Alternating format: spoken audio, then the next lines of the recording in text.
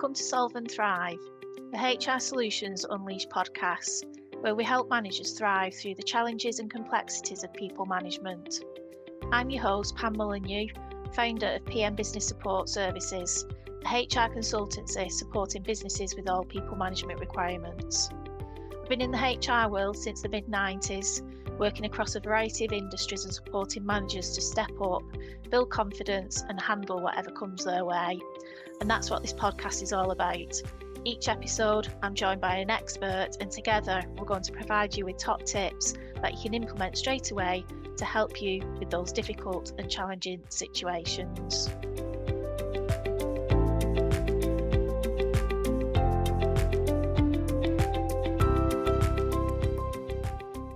Welcome to Solve and Thrive, the HR Solutions Unleashed podcast.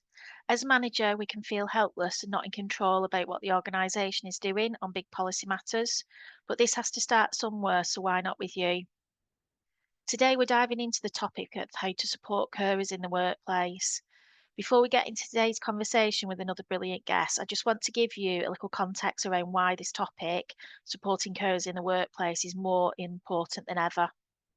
Over the last year or so, we've seen some really positive changes in employment law that are starting to give carers more visibility and protection at work, which is great. So there's now a legal right to up to 5 days of unpaid carers leave each year, which is available from day one of employment. Flexible working laws have also had an upgrade, as employers can now request working from day one of employment as well, and they're allowed to ask twice a year. There's also growing awareness in the HR world that we need to move past just policies on paper. So caring responsibilities can easily slip under the radar, especially because people often don't identify themselves as carers, and it can take years to realise that that's what they are. Plus, we can't ignore the fact that carers are often looking after people with disabilities. So discrimination by association is something employers need to be aware of too. And it's covered under the Equality Act. And that's another reason why creating an open, supportive and culture is really important. And then on top of that, the new Employment Rights Bill, which at the time of recording this in June 25, is shaping the direction of travel for the next couple of years for us.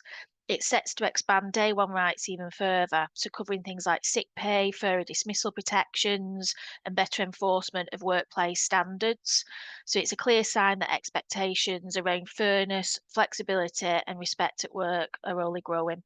So they're all brilliant changes and they're absolute steps in the right direction, and they are the minimum that any employer should be taking to reach the basic legal standards.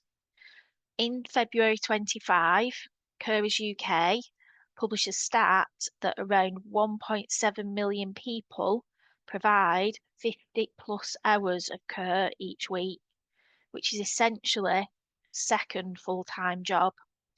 So these figures, they paint a clear picture that carers are a massive, mostly invisible workforce. They're juggling jobs, it's unpaid, they might have health challenges themselves. They're often doing it without recognition or support. So that's why the legal advances we've discussed are crucial, but they are only that starting point. So let me ask yourself a question. Is what we're doing as a company enough? Is what I'm doing as a manager enough? Is it the best that we can do? Or can we go that one step further? Because sometimes the most powerful thing a manager can do isn't written in a policy. It's in how you choose to listen, how you choose to respond, and how you show up for your staff. True empathy isn't about trying to walk in someone else's shoes. It's about asking, what are they going through that I can't see? Have I created a space where people feel safe to share what's really going on? When was the last time that you checked in with somebody in your team and was just curious and just came from a place of care? And ask yourself, am I really listening to reply or am I listening to understand? When we start there with curiosity and compassion, we can build workplaces and teams where people don't just survive, they feel truly supported. Because behind every stat, it's a person juggling hidden responsibilities, stress, and possibly financial and health struggles. So in this conversation with Charlie Beswick, Charlie gives us a reminder that good leadership in this area helps you stay compliant, it builds trust, and also retains brilliant people. So, hope you find the episode useful. Hello, everyone, and welcome again to another of our episodes of the Solve and Thrive podcast. You will see that I'm joined today by the lovely Charlie Beswick. Thank you so much, Charlie, for joining me today. I really appreciate your Thank you time. for the invitation. I'm excited. And this week in which we're recording the podcast is quite a big week in the calendar because Charlie is a trainer and ally in supporting the curling communities. And on the week that we're recording this, it's been Carers Week, hasn't it, Charlie? So a very busy week for you. Yeah, it's been crazy busy, but in a good way. Yes, Good, definitely. good. So, in traditional style for our podcast, you have prepared us 5 top tips for managers that are supporting carers in the workplace. But before we get into those tips, then tell us who you are, Charlie, and what it is that you're doing. Okay, so bit of background, quick background on me. I have twin boys, Oliver and Harry, who are almost 20. Crikey, don't know how that happened. But when my twins were born, we realised that Harry had been born with a rare craniofacial condition. So for him, it meant that he was born with no eye socket, no ear, no nostril, short underdeveloped jaw. We were also told that he would probably never walk and have brain damage. Thankfully, he's completely mobile, super fast, in fact. He is autistic as well. So he has language and communication issues, he has learning issues. So he functions, around at sort of 6 or 7 years old, even though he's almost 20. And I think it's important for me to say that when my boys were born, I absolutely did not want to be the parent of a disabled child. It was an identity that I really fought against. It wasn't a community that I wanted to be a part of. There was a lot of denial, a lot of grief, a lot of guilt, a really dark time for me. Um, and now, it couldn't be more different. I have got a not-for-profit organisation that supports the emotional well-being of parents at the point of diagnosis or before, just because that was missing for me. And the work that I do in my limited business is supporting organisations to better care for the carers in their workplace. And so now I'm completely the other way. I'm sort of immersed in the SEND community, which is special education needs and disability inside the UK. So yeah, that's my cause, that's my passion. My boys are my why, and I love what I'm doing. I was a teacher for 20 years. And I ran my business alongside part-time teaching for a while, and now I'm solo and absolutely loving it. Amazing.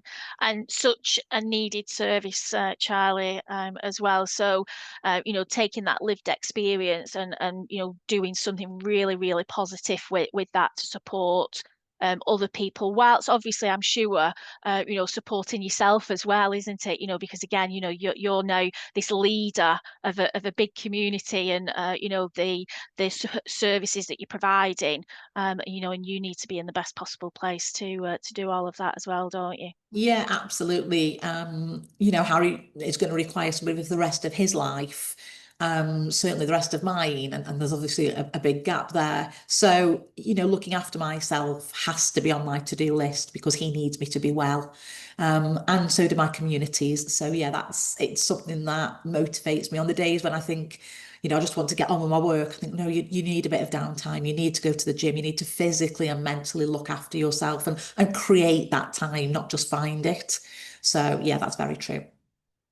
Yeah, absolutely. And that, I'm a massive advocate, and it's one of my top tips, one of my 5 tips for the managers as part of my podcast episode about looking after yourself. Because as a leader, if we are not well, then who can we look after? We've got to put ourselves first. Absolutely. And it's easier said than done, right? We've all It got these is. good intentions. Um, but I think even if it's something small, and habit stacking is something that can be really powerful. Deep breathing when you're in the shower and all of those things that just relax our nervous system a little bit, particularly for carers when they don't have the same amount of time or the same freedom to maybe just nip here or nip there. I'm fortunate that my boys are a bit older and my husband will look after them.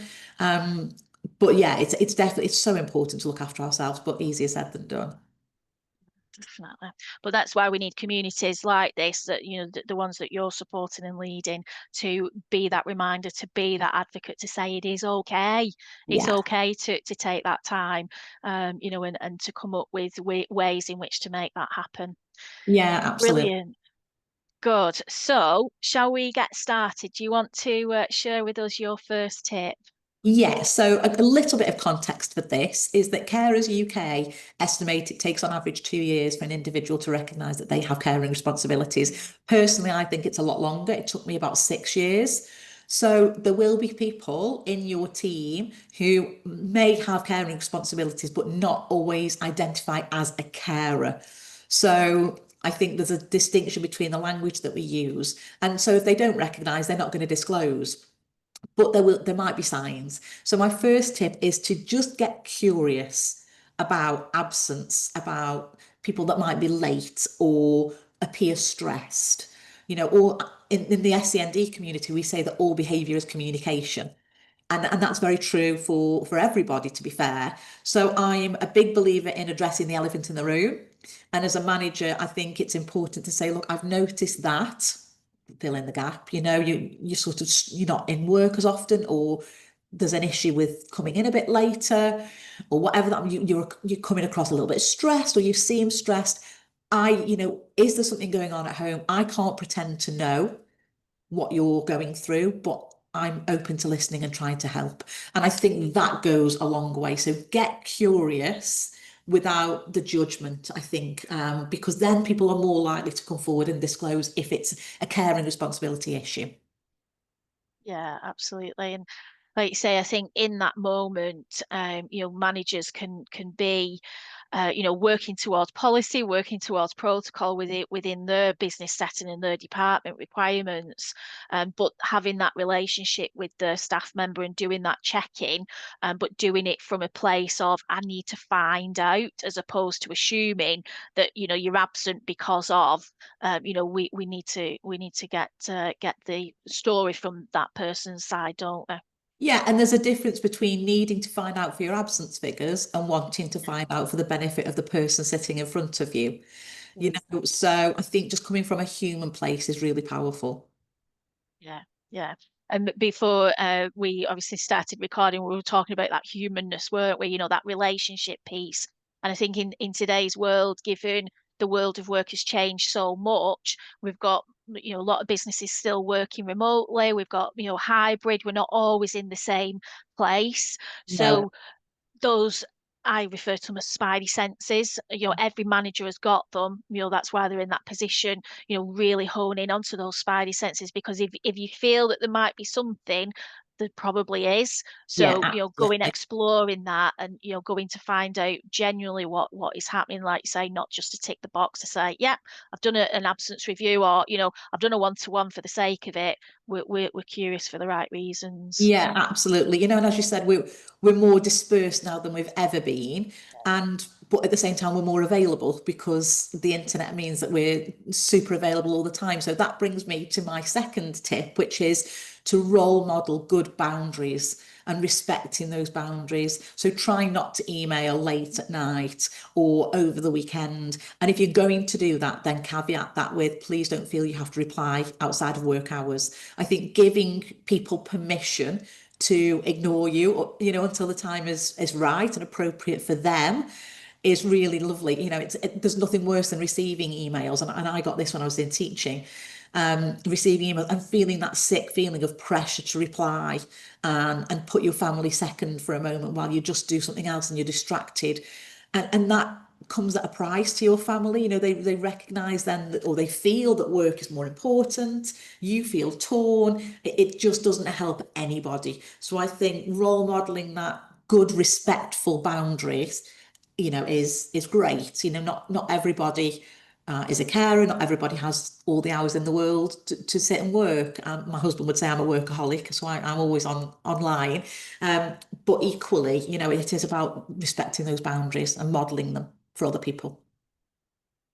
Yeah, and I think as well with that, if we go back to, not everybody knows or identifies themselves as a carer, potentially at that point. So, as a manager, setting out a really good standards anyway with your team, if those are in place, then having those conversations will become maybe easier. It could feel easy to have those conversations, but then people will know that there is no expectation to have to respond or be online, because my manager decides to work at 6 o'clock at night because that just suits them.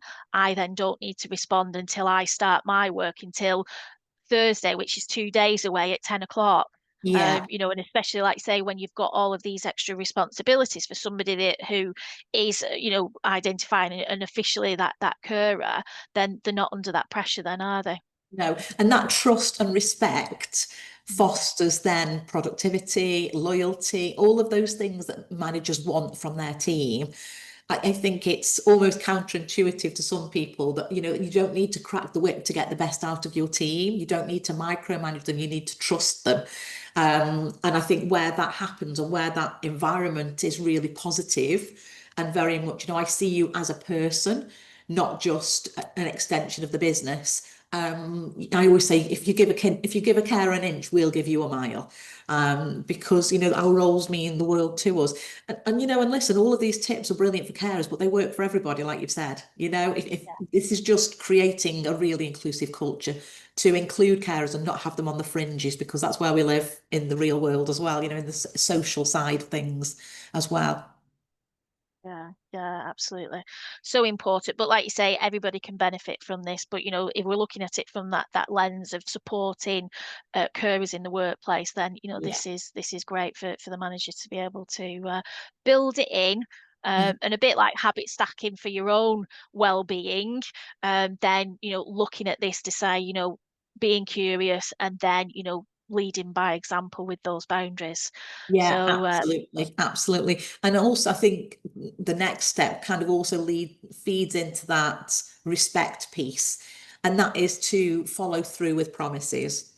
So certainly carers, we are let down such a lot by systems and processes in society that are meant to protect us and absolutely don't. We use battle law language a lot. We talk about fighting for things and the battle for things. And it's true, it takes its toll out of us. And so sometimes we can be a little bit cynical when people promise us things because we're used to things falling apart. And so for managers, I think if you've got a carer coming to you saying, I don't know, I need some time off. And by the way, if a carer does come to you and say, I need some time off, then that's a massive thing because carers do not want time off because what that means is the person they are caring for is struggling or in crisis. So I had to leave teaching twice on the spot in the sort of 7 years that I was at my second school. And it was both times because Harry was having an epileptic seizure and the paramedics were on his way to him. Now, I would much prefer to be at work than have my son having an epileptic seizure. And so I think, if we just remember that a little bit around time off, but back to the point, if somebody's coming in and asking you and you're saying, listen, I don't know what I can offer you, but I promise I will look into it and I will get back to you by the end of tomorrow. If that's what you promise, do it. That's your word, that's your honour, and you need to be building that trust with all of your team, but certainly with carers that feel already that we are let down by lots. We're not seen and we're failed by lots and lots of places. And we don't want that in the workplace. So follow through with your promises, I think is definitely the third tip, I would say. Yeah. And listening to you say that, Charlie, and putting that into perspective, that is your reality. How many other situations is this happening? So to any manager listening to this episode now, if you don't know, you don't know. No. But what are you doing to build those relationships with your team so that if they do have something going on, they feel that they can talk to you about it, and then you can then support them, in that way that they need that at that point, and just be able to say, yeah, that's really important. Yeah, absolutely. And going back to that all behaviour as communication point, if people aren't talking to you as a manager, if they aren't discussing things with you as a manager, then this sounds really harsh and it's not meant to, but that is a wake-up call to take a little step back and do some reflective work about why that's not happening. Because I would suggest that there's a trust issue there. There's a comfort level that isn't quite reached yet. And so, the onus is often on the employee to disclose things, but communication is a two-way route. And so if you as a manager have got team members that are telling colleagues things but not actually coming to you, then I'd be doing a little bit of inner work as to why that is. And I say that Yeah, don't say that from a place of judgment, just to make it no, clear. But I think yeah. self-reflection is really powerful, but particularly when you are leading the well-being and the performance of other people. And I put well-being first on purpose. Hi, just jumping on with a quick pause because if you're a new manager listening to this, I want to share something made especially for you. We often talk about accidental managers, brilliant team members who get promoted but aren't really given the tools to thrive in the new management role. If you're feeling excited, a bit overwhelmed, or just wondering, am I doing this right? You're not alone. You don't have to figure it out all on your own either. That's exactly why I created the Team Member to Manager Guide. It's a free download packed with 5 powerful steps to help you lead with confidence and build trust and avoid burning out in the process. From setting boundaries and managing your time to becoming the kind of leader people want to work with, this guide breaks it down in a way that's practical, honest, and real. So if you're stepping into leadership and want to do it well, grab your free copy now. Just head to the link in the show notes and let's make that shift from doing to leading a whole lot smoother.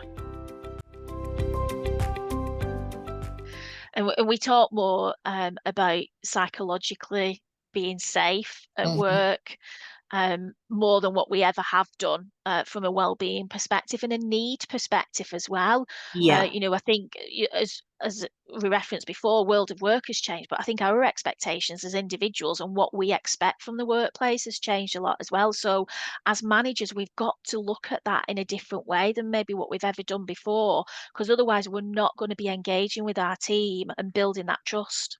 Yeah, no, absolutely, absolutely. And like we've said it several times, and the buzzword for this podcast must be trust, I'm sure, Yeah. because we've mentioned it, a lot. And I think just feeling seen and feeling recognized and feeling valued, which brings me nicely onto point 4. And I'm going to tell you a quick little story, if I may, about this. So when I was about 17, I got a job in a jeweler's. And in my first weekend of working there, everybody warned me off a lady called Anne. And they said that Anne was really moody, she was snappy, she was miserable. And I got chatting with Anne. And Anne was telling me that she was having a new kitchen fitted and she'd got no surfaces at home. She was really stressed, she was really bothered about it. And when I went back the next weekend, the first thing I said to Anne was, "How's your kitchen coming along?" And she said, "What do you mean?" I said, "Well, how's your kitchen? Have you got your surfaces back? Are you cooking at home?" She went, "Oh, yeah, I have. Thank you for asking." And my relationship with Anne was beautiful. And everybody was saying, "She's so nice to you." And I was like, because I'm not judging her on her grumpiness. I dug a little bit deeper and found out what was going on, in that instance. And so ever since then, so as I say, I was about 17 then, I've made it my mission when I'm meeting people that, are colleagues, that I remember something about them, whether it's a child's name, whether it's where they're going on holiday. And I guess some people might say that's manipulative. It's not meant to be that. It's meant to be a link between the two of us that makes them feel seen, makes them feel valued, makes them feel important and that they matter. And people will go above and beyond. When people remembered my children's names or asked about Harry's operation, it's just made such a difference to me to be seen as a person. And so I think, if they've remembered, if they've shared key facts, then just remember one of them. I think it shows genuine care and not just polite listening. Yeah, yeah, definitely. And again, it's that connection, isn't it? We need that humanness, we need that connection. And I think, as a manager, there is that expectation. It's not just about managing the day job and the performance, etc. It's being that leader, isn't it? And being somebody that is, again, I'm going to say it again, trusted and respected to be Mhm. able to do that. But there are actions that you as an individual can be taking that just be genuine, just care, just show an interest. Yeah. And it really does go a long way. It really does. It makes all the difference. And in many ways, I feel sorry for lots of managers because they're expected to know so much at the moment. They're expected to be thinking about menopause and diversity and disability. There's so many topics, and I know it must be overwhelming, but I think where we just look at people as a person and we look at them as a whole, rather than a tick box or rather than an initiative, it does make all the difference. And if you don't have that lived experience, then, and this is my fifth and final tip, is use your own circle, use your own friends, and just go to them. If you've got a carer in your family, which the chances are you're going to have, there's 1 in 7 of the workforce who are caring for a loved one. That number's much bigger in the general population. Get a good understanding of what a life is like that you can't appreciate maybe.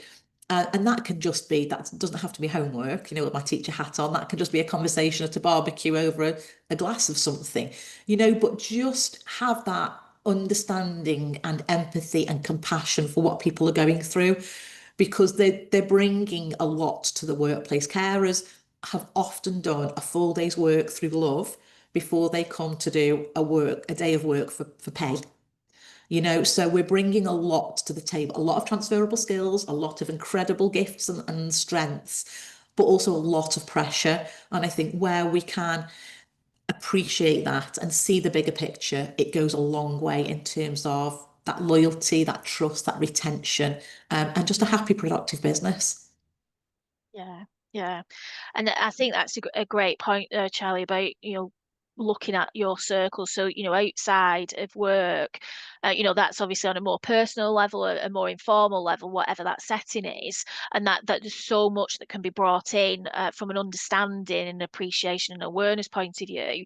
And then if we flip that and put that back into the workplace, if you're part of a management team and say there's 5 managers in a management team, they're going to be having regular communications, I would hope, to understand what everybody's doing, what direction are we going into, and just asking that question even in that management meeting. It sounds dead simple, but are we actually doing that?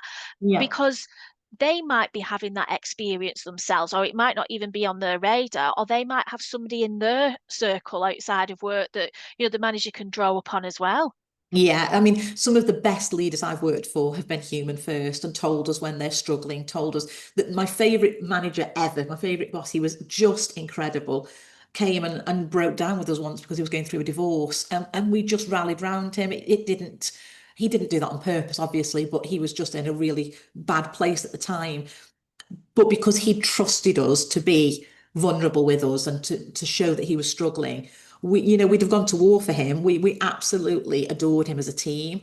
And I think people think that being vulnerable is a weakness, and it's absolutely not. It's the bravest thing you could do. And it doesn't always mean breaking down and crying, let's be honest.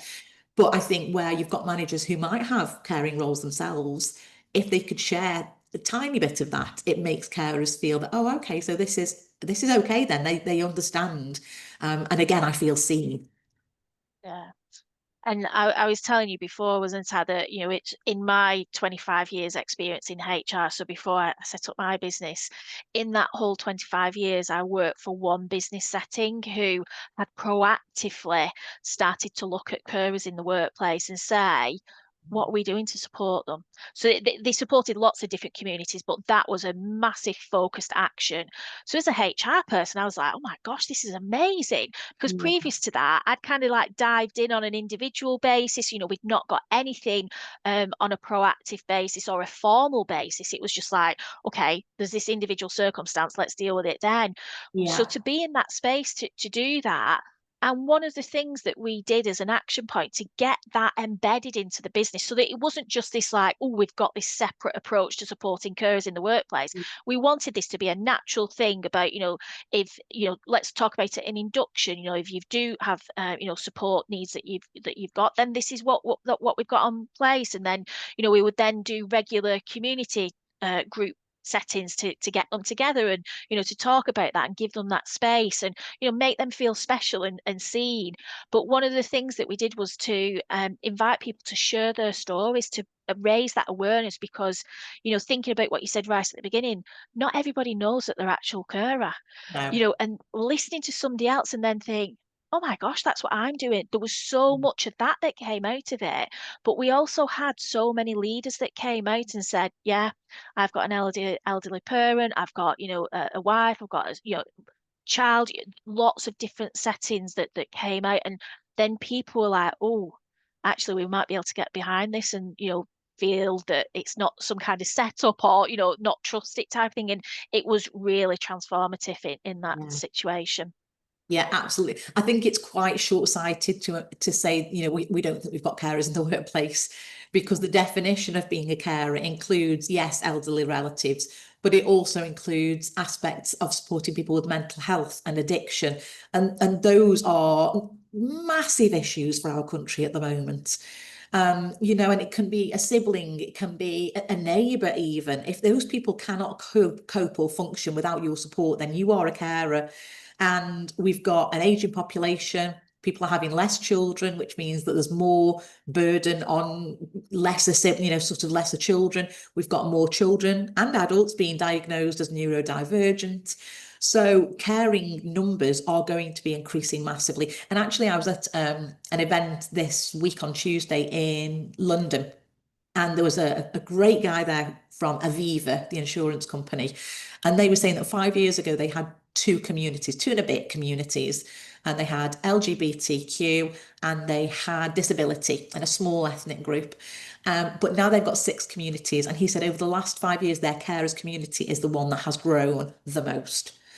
So it's there. Once people feel seen and once people feel that they've got permission to bring their true selves to work on the good days and the bad, I think, as you've just said, transformative is the word. It's just like it's life changing for carers. It really is.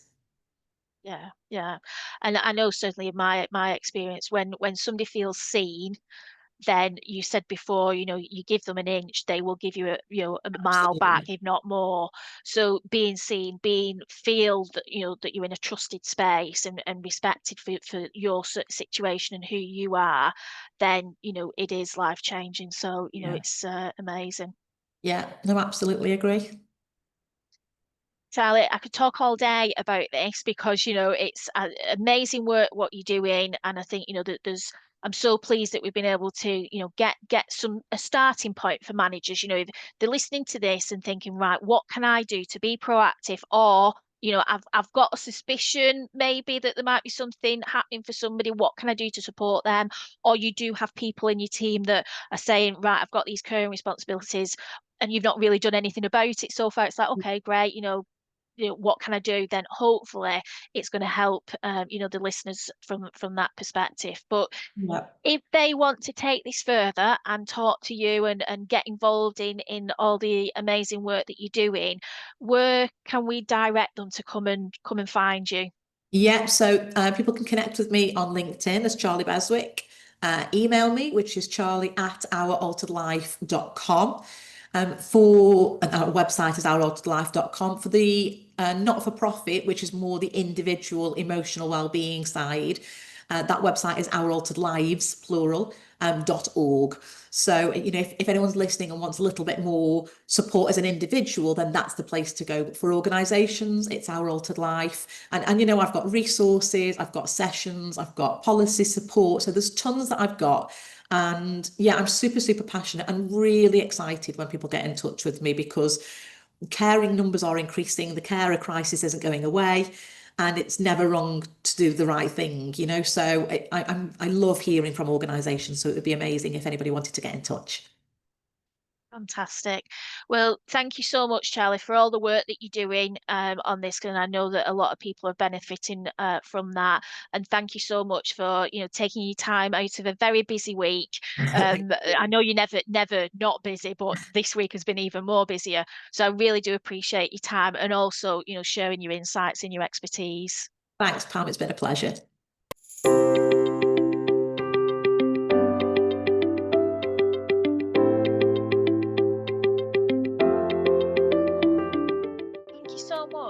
listening to Solve and Thrive, the HR Solutions Unleashed podcast, where we help managers thrive through the challenges and complexities of people management. We hope you found today's tips helpful. Our guest experts have so many tools and insights to offer, so be sure to explore their resources and check out the blog for more details. These resources are all designed to support your success. If you enjoyed the episode, please hit the subscribe button, share your thoughts in the comments and leave us as a review. Tell your management peers about our podcast and stay tuned for future episodes. And remember, you're not alone in this journey. You don't have to master everything on your own. Build your network, leverage available resources, stay curious and ask questions.